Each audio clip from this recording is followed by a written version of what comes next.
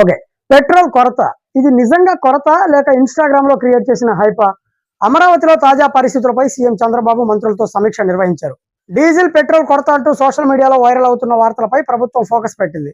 కానీ ground reality ఏంటంటే రాష్ట్ర స్థాయిలో ఎక్కడా పూర్తి స్థాయి కొరత లేదు. ఆయిల్ కంపెనీల వద్ద సరిపడా స్టాక్ ఉంది. సరఫరా కూడా కొనసాగుతుంది. అంటే మరి ఈ కొరత ఎక్కడి నుంచి వచ్చింది? సింపుల్‌గా చెప్పాలంటే ఇన్‌స్టాగ్రామ్ రీల్స్. కొంతమంది వ్యూస్ కోసం, అటెన్షన్ కోసం పెట్రోల్ అయిపోతుంది, బంకులు మూసేస్తారంటూ వీడియోలు పెడుతున్నారు. అసలు సమాచారం లేకుండా కేవలం వైరల్ కావటానికి మాత్రమే ఇలాంటి వీడియోస్ స్ప్రెడ్ చేస్తున్నారు.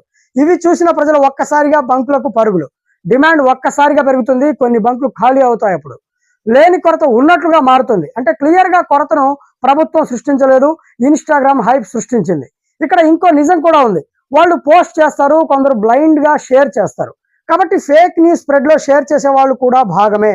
ఇలాంటి తప్పుడు ప్రచారాలను కట్టడి చేయాల్సిన సమయం వచ్చింది. ఫేక్ న్యూస్ స్ప్రెడ్ చేసే వారిపై కఠిన చర్యలు తీసుకోవాల్సిన అవసరం కూడా ఉంది. ఇన్‌స్టాగ్రామ్‌లో చూసిన ప్రతిదీ నిజం కాదు.